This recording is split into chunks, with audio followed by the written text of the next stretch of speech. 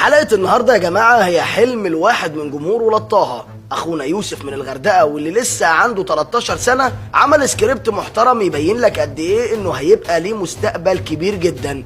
لا، والميزة انه جاي في وقته قوي. اي حد حابب يجتهد ويجرب ويعمل سكريبت زي يوسف يجرب ويبعت لي على بيج الفيسبوك، ويا ريت اللي يجتهد يبقى في نفس ذكاء يوسف، اللي مش بس اختار الميعاد المناسب للحلقة، لا اختار حاجات فيها ضحك وكلام كويس جدا. كفايه بقى رغي كتير عشان انا عاوز ابدا ومبسوط قوي من اللي عمله يوسف.